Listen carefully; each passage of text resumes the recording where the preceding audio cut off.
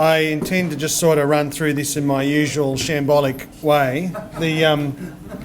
The lights, it's like, I know how the Divinals must have felt when they played here, really, with the lights and the television camera, which is really, I understand, for these events, really only here to record my mistakes and the intemperate things that I'm likely to say to use against me in some subsequent union election when I sort of promise to do exactly the opposite. There is no finer time in our political and economic history to be the secretary of a manufacturing union. Like, I've really absolutely nailed this sucker down really well. Because we do have some pretty profound challenges, really, that really make you think. And the union movement's a funny thing, you know. We're a democratic movement, largely. There's occasional islands of guided sort of Stalinist democracy around the place. But we're a democratic movement, so change is very difficult. And the only way you make change in our movement is by making the argument for big ideas. And we're hitting a juncture, I think, in the development of the trade union movement and the left where, you know, big ideas are needed and deep thinking is needed.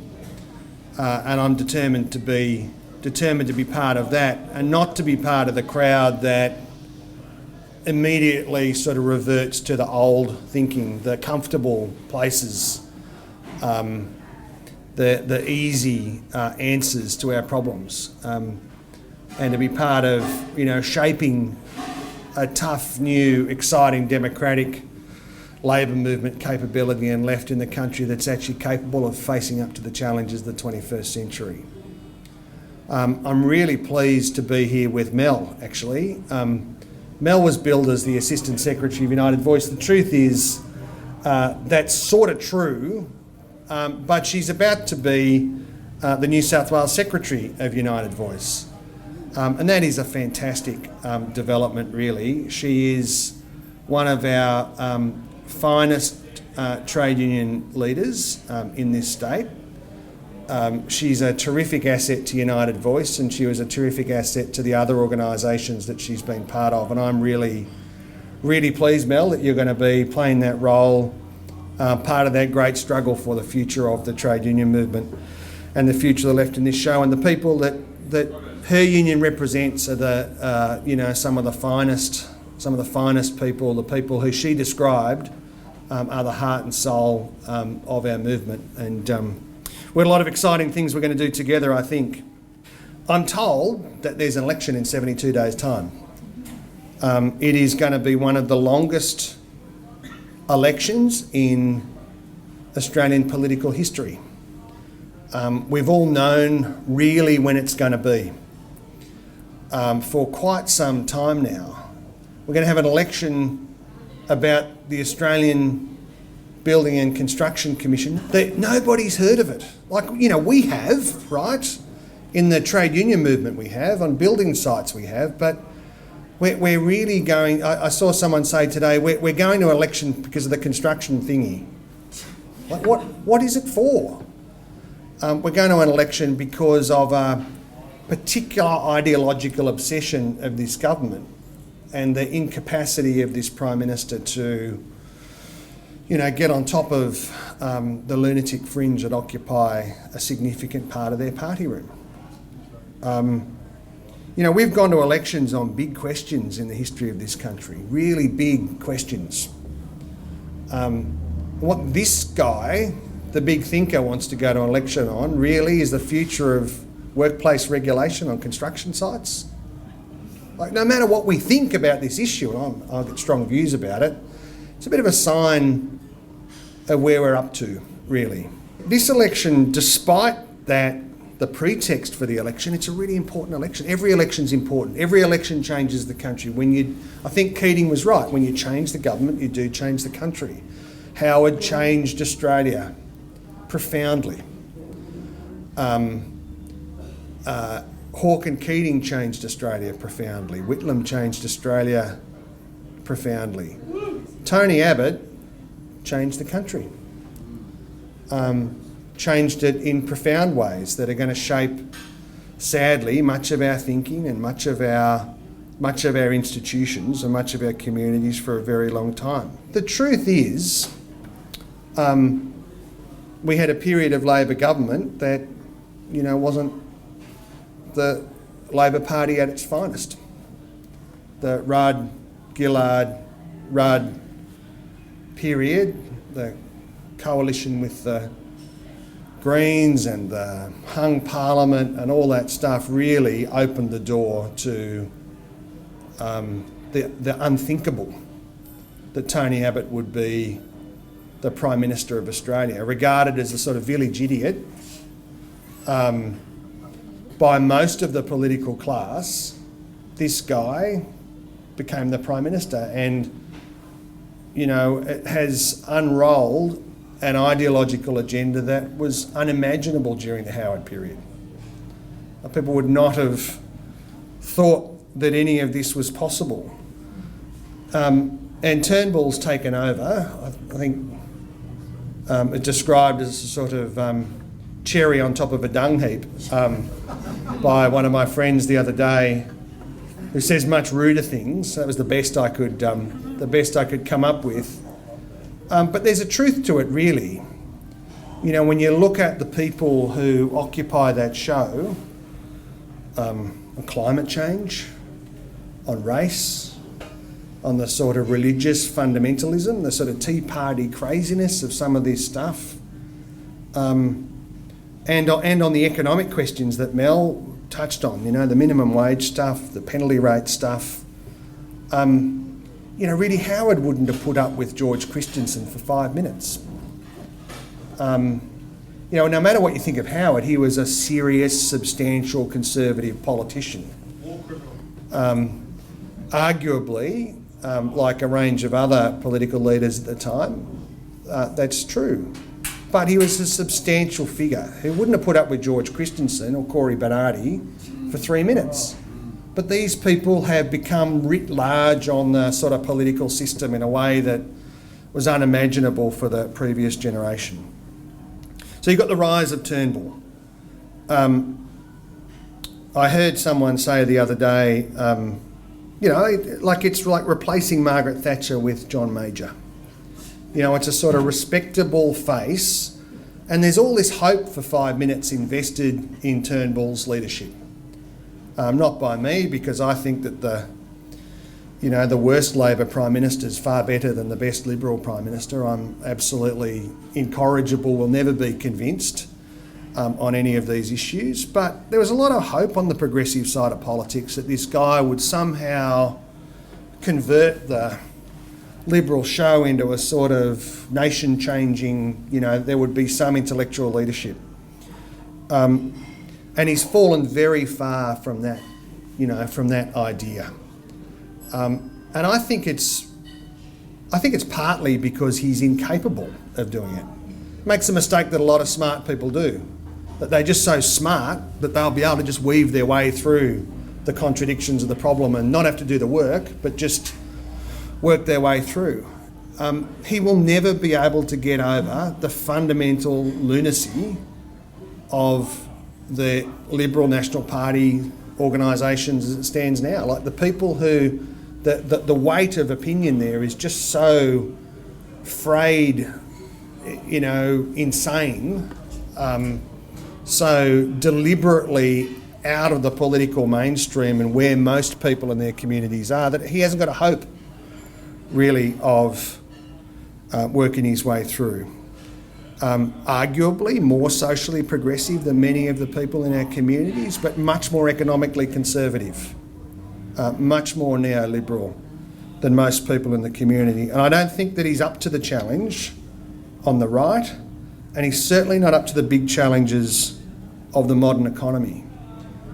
George Megalogenis in that quarterly essay last week, I think really got it right.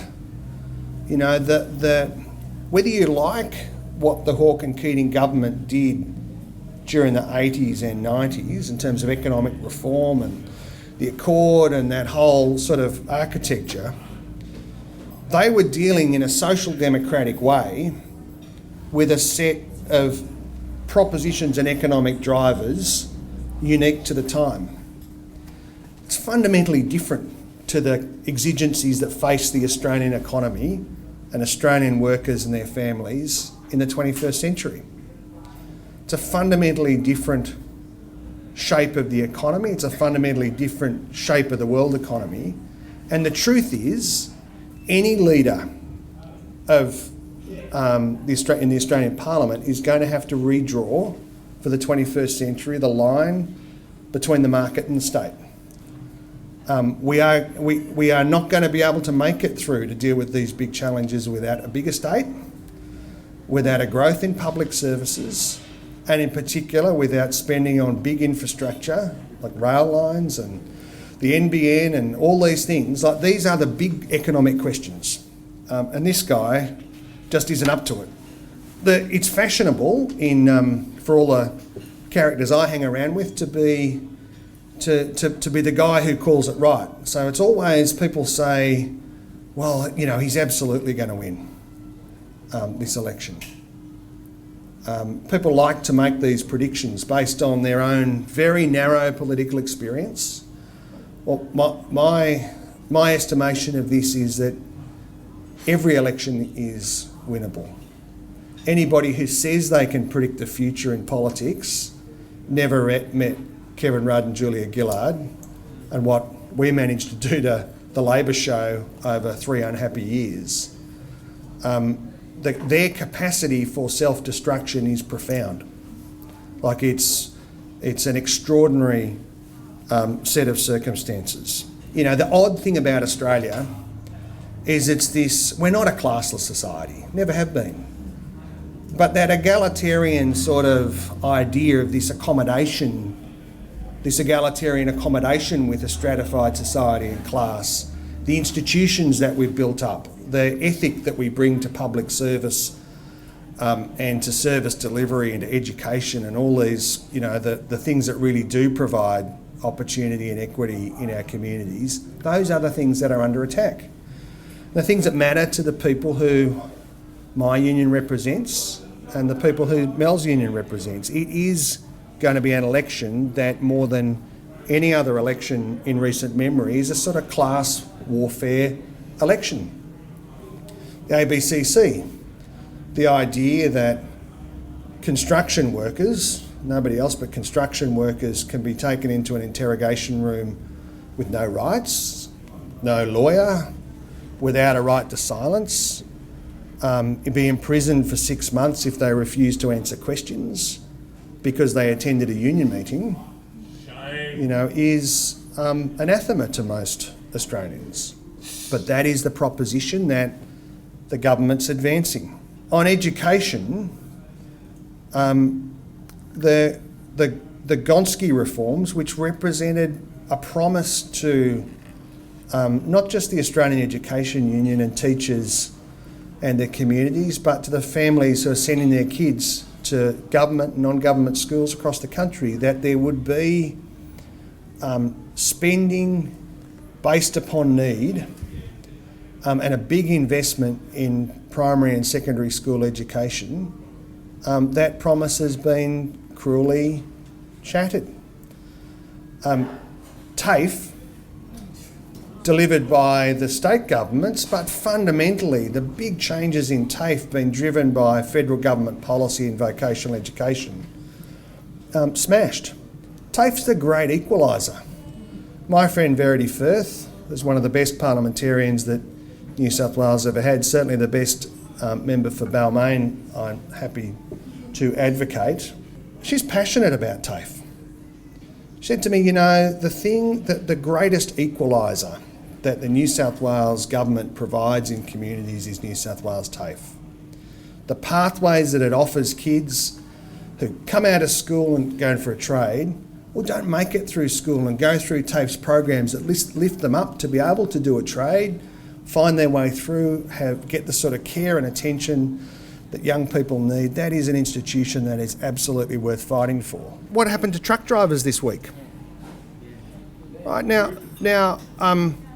there is absolutely a relationship between how much these guys get paid and how desperate they are to do completely unmanageable shifts. And hundreds of truck drivers die on our roads and cause untold misery to families who are involved in accidents around the place, injured and killed.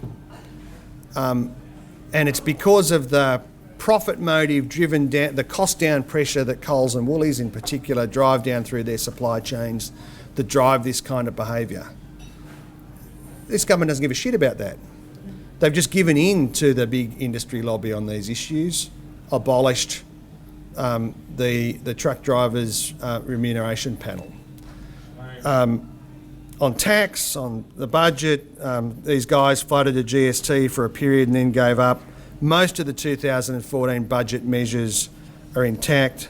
An assault on penalty rates. We have had to fight so hard in the jobs area for our next generation of submarines to be built in this country, and probably will drag this government kicking and screaming. Tony Abbott traded off thousands and thousands of jobs, $150 billion worth of naval shipbuilding construction to the Japanese over a glass of sake in Tokyo, because he thought it was a masterstroke of sort of Pacific diplomacy. Gave away all those jobs. And we have had to fight tooth and nail to bring those back. Imagine what will happen to the country, to the shape of the country, if this guy wins and has a mandate in his own right, and imagine what will happen to the shape of the country if they manage to jag control of the Australian Senate and have a completely unfettered crack at legislative reform and reforming the economy and, you know, shaping the place the way that Cory Bernardi and George Christensen really want the place to be shaped. The fracas over the safe school stuff, which just said so much about their values, will be their values written into every part of our lives. So the ACTU campaign is really important to support. There'll be the big picture ads, there'll be all the robocalls, all of the fancy-ass campaign sort of wizardry that happens in these campaigns. There's a lot of money sunk into these campaigns because it's just so important. But really, what is at the heart of the union campaign? It's people. The campaign that the trade union movement ran in Queensland to dislodge the Newman government. It's a pretty popular campaign, really, probably not too hard to prosecute in communities, but thousands and thousands and thousands of people knocking on doors, ringing people up, making sure we made the case, changing government in Victoria to Daniel Andrews. And I've got to say, there's a model of what a Labor leader should look like in this country. Daniel Andrews, thousands and thousands of people making the argument door by door, nurses making the argument to nurses, childcare workers making the argument to childcare workers, and fitters and tradespeople out there making the argument to fitters and boilermakers and tradespeople about the issues for us. That's how these campaigns are won. I think you should all get engaged. The seats that need to change hands in New South Wales aren't the inner city belt and the North Shore of Sydney. Not making assumptions about it where a sort of crowd on a Thursday night for a glebe politics in the pub comes from, but just say I'm right. They're actually out in Western Sydney and in our regions. We will call 15,000 people the Wednesday after next, I think it is, in a big national telethon, ring 15,000 undecided voters from union offices and town halls all over Sydney. You should be part of it. You can get on the web, sign up to be part of it. It's actually really good work. It's really getting engaged in the democracy, talking to people who nobody's ever talked to really about politics and about the big ideas and what the future of their communities and their families are. And then be part of the door-knocking campaigns. I hate it, right? Or hated it. I grew up in Glen Innes, right? So I'm a country boy, self-conscious, very shy. But knocking on someone's door, for many people, is quite a confronting experience. You get the clipboard, you get the script, you go out there with a colleague and you knock on the door and you've got to have something to say to the person who opens that door. I tell you what, it is one of the most empowering experiences that people go through, for whether it's a union official or a union delegate or a supporter of the union campaign, getting that opportunity to talk with people is such an affirming experience, and the response you get is so warm. Like, people really like the fact that the trade union movement's reaching out and having a conversation with them about the issues that matter to them and matter to their kids. So I urge everyone to get engaged in the campaign. We could change the government. We could have the hundreds of thousands of conversations that we need to have to talk to ordinary people in their communities about the issues that matter to them and about protecting penalty rates and education and all the other things for their futures and for their families. And we've got to, I reckon, make that commitment, get engaged with it, and think about changing the country that it really should be. So thank you very much. Enjoy the drinks.